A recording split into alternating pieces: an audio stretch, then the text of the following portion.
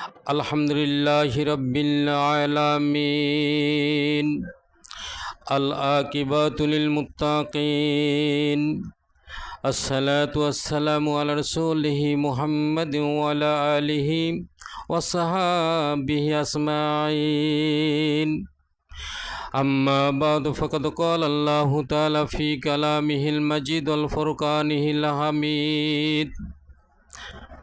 আউযু বিল্লাহি মিনাশ শাইতানির রাজিম। বিসমিল্লাহির রাহমানির রাহিম।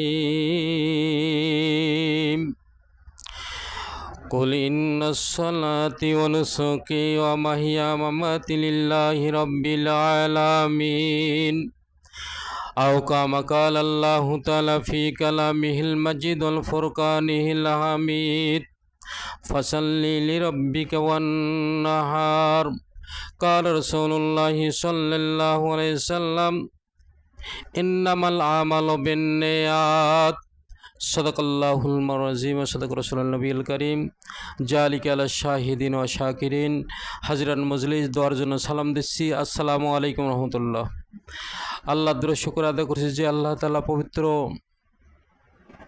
জিলহজ মাসের বাংলাদেশ অনুযায়ী 9 তারিখ আজকে মক্কা মদিনায় হজ হয়ে গেছে। হজের দিনে, হজের মৌসুমে, গরিবের হজ পবিত্র জুমার দিন আল্লাহ তাআলা এই মহতের দিনে আমাদেরকে সাপ্তাহিক বৈঠকে হাজিরা দেওয়ার সুযোগ করে দিলেন। এই জন্য সবাই বলছি আলহামদুলিল্লাহ। সেই সাথে প্রাণপ্রিয় নবীর প্রতি দরুদ, প্রাণ ঢালা সালাম। আমরা যেতে পারি নাই বাংলাদেশের এক প্রান্ত থেকে, আল্লাহ তাআলা আমাদের সালামটুকু নবীজির রওজায় পৌঁছায় দেখছেন, আল্লাহুম্মা আমিন। সেই সাথে দরুদ পড়ছি, সবাই বলি সাল্লাল্লাহু আলাইহি সাল্লাম। পেয়ারে হাজিরিন, জীবন দশা একটাবার হলেও মক্কা মদিনা দেখার জন্য সুযোগ করে দেন। এই জন্য সবাই দোয়া করি, দোয়া চাই সবাই, আল্লাহুম্মা আমিন। পেয়ারে হাজিরিন, গত সপ্তাহে বলছিলাম 2 সপ্তাহ থেকে এই কোরবানির আলোচনায় করতেছি। আজকে এই আলোচনায় করব ইনশাআল্লাহ। কোরবানির ভিতর কী শিক্ষণীয়। আমরা অনেকেই কোরবানি করি কিন্তু জানি না। তার আগে গত সপ্তাহে যেটা বলছিলাম যে কোরবানি 4 শ্রেণীর কবুল হবে না। 1 নম্বরে নিয়াত যদি ঠিক না হয়, 2 নম্বরে হালাল টাকা যদি না হয়, 3 নম্বরে শরীয়ত সম্মত যেন যদি না হয়, রিয়া মুক্ত যদি না থাকে, রিয়া যদি থাকে কোনো ব্যক্তির, ওই ব্যক্তির কোরবানি হবে না। পেয়ারা হাজিরিন, বিস্তারিত আলোচনা পরে করছি ইনশাআল্লাহ। তাকবীর পড়িনি, আল্লাহু আকবার, আল্লাহু আকবার, লা ইলাহা ইল্লাল্লাহু, আল্লাহু আকবার, আল্লাহু আকবার, লিল্লাহিল হামদ। আরেকবার পড়ি, আল্লাহু আকবার, আল্লাহু আকবার, লা ইলাহা ইল্লাল্লাহু, আল্লাহু আকবার, আল্লাহু আকবার, লিল্লাহিল হামদ। এই তাকবীরকে তাকবীরে তাশরিক বলে। এটা কখন থেকে চালু হইল? যখন হযরত ইসমাঈল আলাইহিস সালাতু সালামকে তার পিতা জবাহ করার জন্য, কোরবানি দেওয়ার জন্য মিনা প্রান্তরে সোয়ালেন ছুরি চালাবেন। হঠাৎ কোনো মানুষ যদি বিপদে পড়ে যান, ঝড় এসেছে, খুব বিপদ, মুখ দিয়ে ফস করে বলে ফেলেন যে আল্লাহু আকবার শব্দ বেরিয়ে আসে। এই দৃশ্য দেখে সমস্ত ফেরেশতাকুল, আসমানে যত ফেরেশতা আছে, জমিনে যত ফেরেশতা আছে, সমস্ত ফেরেশতা অবাক হয়ে গেলেন যে আল্লাহর কি এটা দেখাচ্ছেন। বাপ হয়ে সন্তানকে কোরবানি করতে পারে? আর আল্লাহর যেহেতু অর্ডার, ইব্রাহিম সেটা বাস্তবায়ন করতে যাচ্ছেন।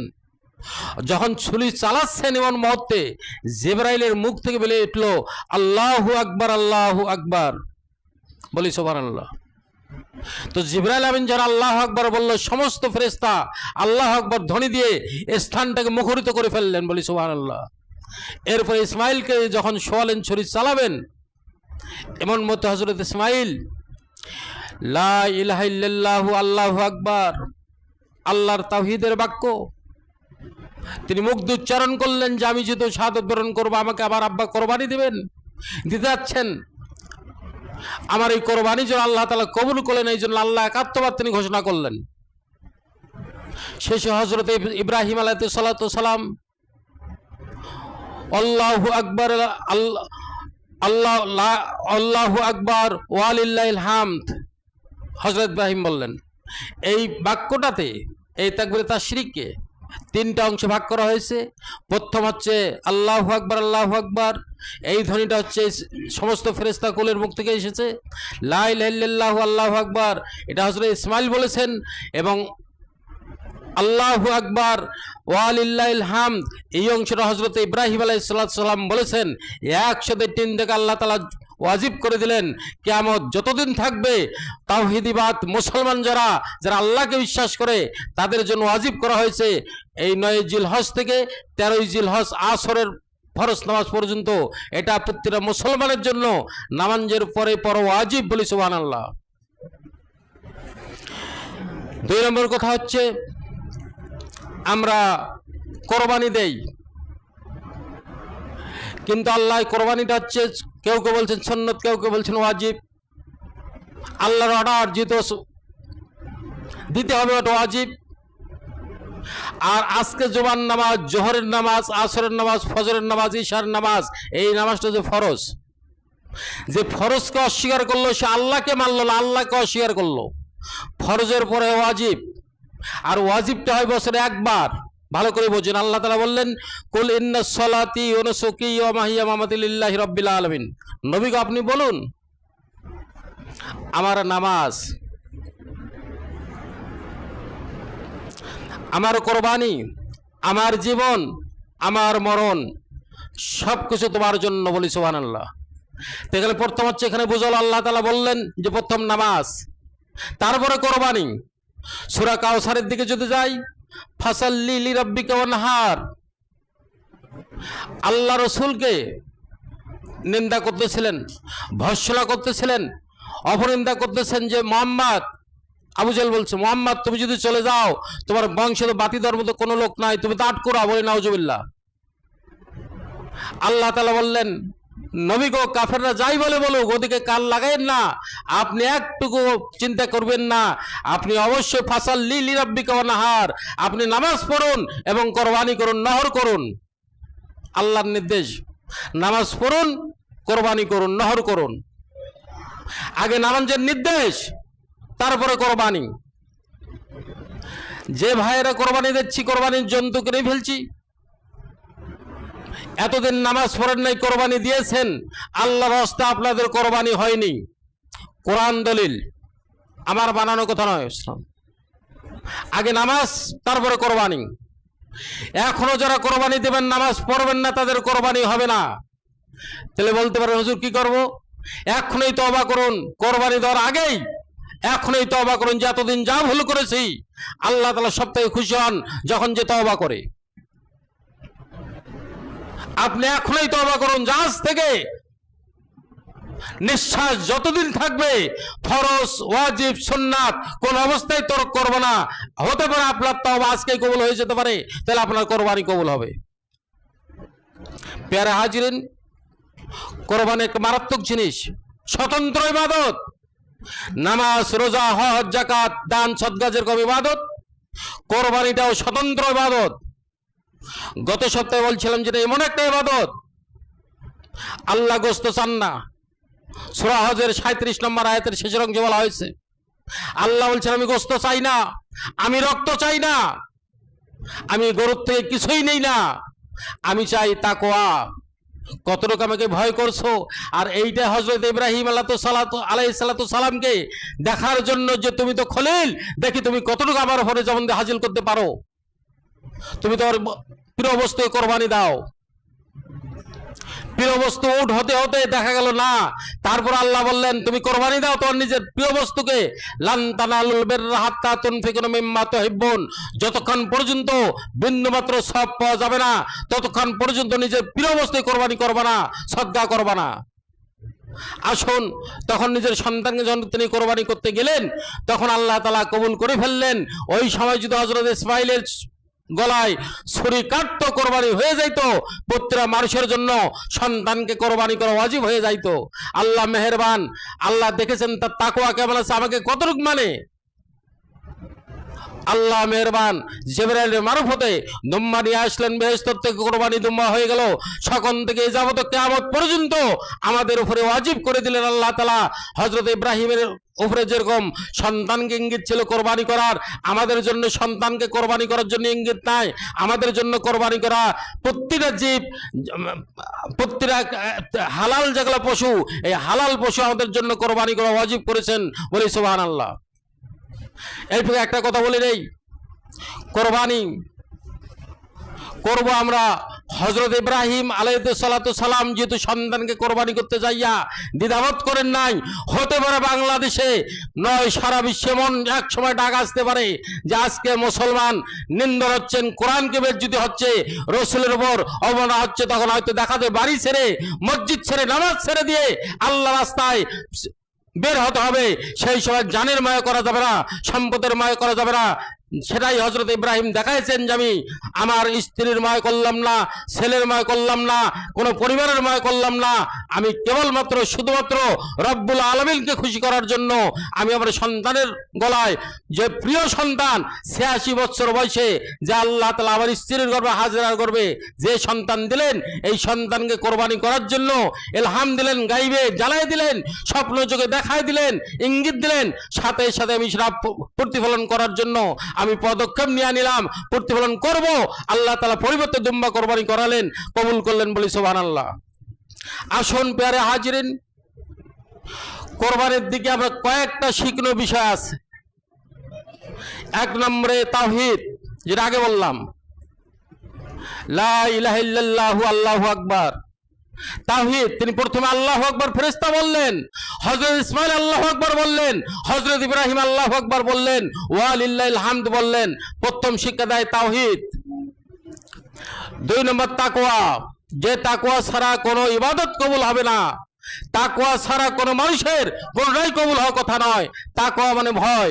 আল্লাহর ভয়ে যদি না থাকে, আল্লাহর ভয় না থাকলে ওই মানুষটা দিবালোকে নয়, অন্ধকারে নয়, সর্ব অবস্থায় মানুষকে খুন করায় কোনো রকম দ্বিধাবোধ করবে না। আল্লাহর ভয় থাকলে মানুষকে খুন করা কান একটা মশা মাছি মারতেও তার দ্বিধা হবে। তাকওয়া। 3 নম্বরে ধৈর্য। আল্লাহ তাআলা শিখাই দিলেন, ইন্নাল্লাহা মা'আস সাবিরিন, যার ভিতরে ধৈর্য আছে, ধৈর্যকারীর সাথে আমি রব্বুল আলামিন সঙ্গ আছি। বলি সুবহানাল্লাহ। ধৈর্য হারাবেন না। ধৈর্য হারালে মুসিবত পড়তে হবে। যতই বিপদ আসুক, মুসিবত আসুক, কোন অবস্থায় ধৈর্য হারা যাবে না। আল্লাহ তাআলা হযরত ইব্রাহিমের মারফতে, ইসমাঈলের মারফতে সেই জিনিস শিক্ষা দিলেন। 4 নম্বরে কোরবানি আরো শিক্ষা দেয় প্রিয় বস্তুকে ব্যয় করা, এটা শিক্ষা দেয়। কোরবানি আরো শিক্ষা দেয় ইমানের পরীক্ষায় হতাশ হওয়া যাবে না। ইমানের পরীক্ষায় হয়তো হতে পারে আজ হোক কাল হোক নিজের জীবনটাও আল্লাহ রাস্তায় বিলিয়ে দেওয়ার জন্য সময় আসতে পারে, লাগতে পারে। সেই সময় কোন রকম কন্ট্রোভার্সি করা যাবে না, দ্বিধাবোধ করা যাবে না। সেটা ইমাম হোসাইন দেখাই দিয়েছেন, ইসমাইল দেখাই দিয়েছেন, সমস্ত আম্বিয়া আলাইহিসসালাতু সালাম দেখাই দিয়েছেন। এরপরে পরামর্শ, যখন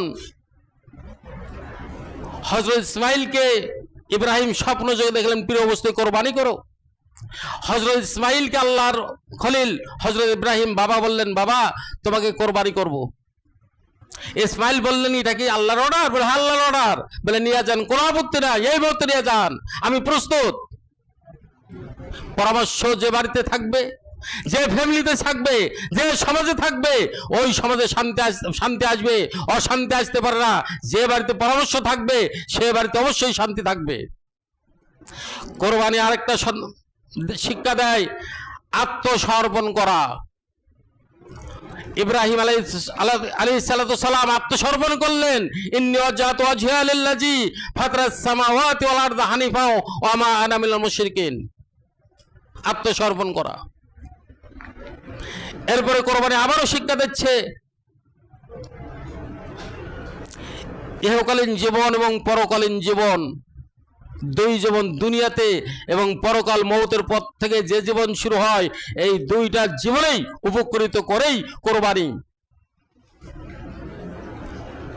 এরপরে কোরবানি আবারও শিক্ষা দিচ্ছে ইমানের পরীক্ষায় সর্বাবস্থায় দৃঢ়তা থাকা, যত রকম মুসিবত আসুক, যত রকম ঝড় আসুক, জেল জরিমানা ফাইন কোনোটাই মুসলমান ভয় করে না।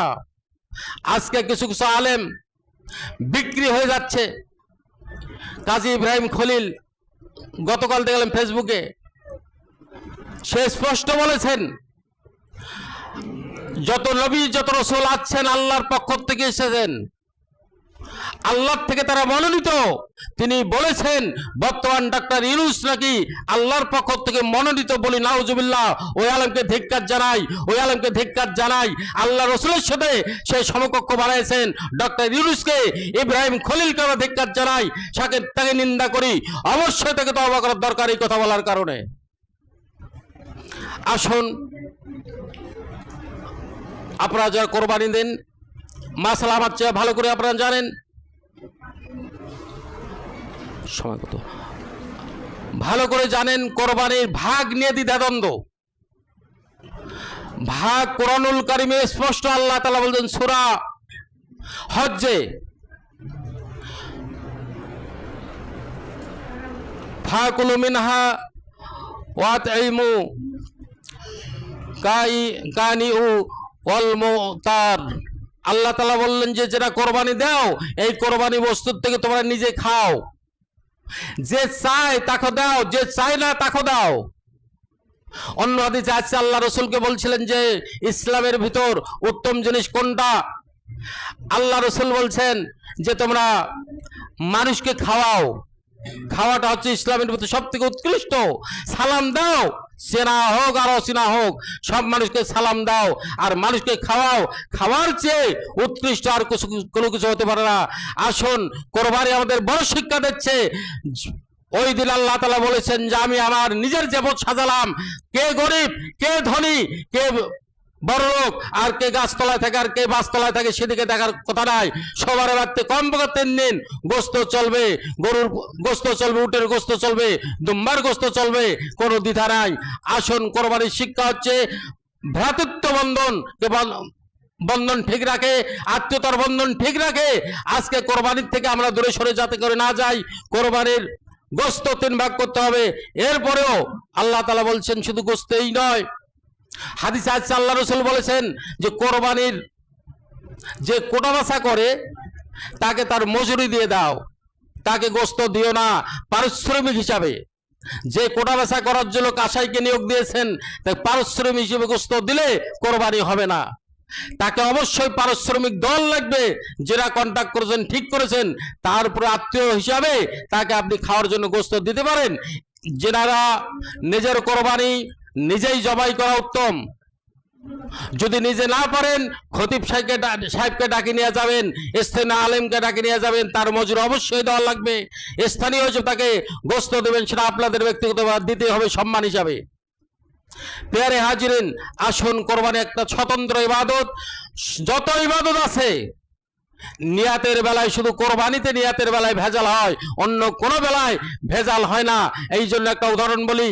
ওই যে এক ছেলে মামার গরু নিয়ে আছে, কোরবানি চুরি করে জবাই করে ফেলছে। কোরবানির দিনে, ঈদুল আজহার দিন মামার গরু জবাই করে ফেলছে। খোঁজে দেখা গেল তোমার ভাগিনাই তোমার গরু নিয়ে গেছে। কয় যে বেটা গরু আনছিস কেন? কয়েছে কোরবানি দিয়ে দিছি। বেটা গরু চুরি করা তো কবিরা গুনাহ। কয়েছে বুঝেছি কবিরা গুনাহ, হুজুর বলেছে কোরবানি করলে সব হয়, প্রতিটা লমে লমে সব পশমে পশমে সব পাওয়া যায়। গরু কোরবানি দিয়েছি, চুরি করে এনেছি, চুরির যে গুনাহ আর কোরবানির যে সব মাইনাস প্লাস হয়ে আপত্তি নাই, ফালতু গোস্ত খাওয়া যাবে। এইরকম যদি নিয়াত থেকে থাকে, আল্লাহর হস্তে গোস্ত খাবেন ঠিকই, সব পাবেন না। নিয়াত পাল্টান, গোস্ত খাওয়ার নিয়াত না, আল্লাহকে খুশি করার জন্য। ইন্না জাতু ওয়াজহিয়া লিল্লাযী ফাতারাস সামাওয়াতি ওয়াল আরদা হানিফা ওয়া মা আনা মিনাল মুশরিকিন। আল্লাহ কবুল করুক সবার কোরবানিগুলা।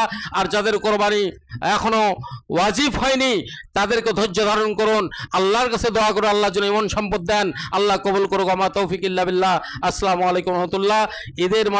ঈদগাহের নামাজ কমিটির পক্ষ থেকে শহীদ ভাই ফোন করেছিল, তার ছেলে আবার চিঠিতে জানালো 8টার সময় জামাত, অবশ্যই 8টায় অনুষ্ঠিত হওয়ার কথা। ইনশাল্লাহ আপনারা মসজিদ ঈদগাহে চলে যাবেন ওয়েদার ভালো থাকলে। 2 নম্বর কথা, সামের টাকা আপনারা গরিব মিসকিনকে দেন, দল লাগবে। এর পক্ষে একটা বড় সংগঠন কোরআনের জন্য যেটা দিন রাত কাজ করতেছে, এই সংগঠন এটা সবার কাছে পরিচিত। বাংলাদেশ জামাতে ইসলাম এই দল করেন আর না করেন, থাকেন আর না থাকেন, অবশ্যই কোরবানির একটা হিস্সা ইসলামের অংশ কিছুটা হলো জামাতকে সহযোগিতা করতে হবে। আল্লাহ কবুল করুক। আমা তৌফিক ইল্লা বিল্লাহ। আসসালামু আলাইকুম রহমতুল্লাহ।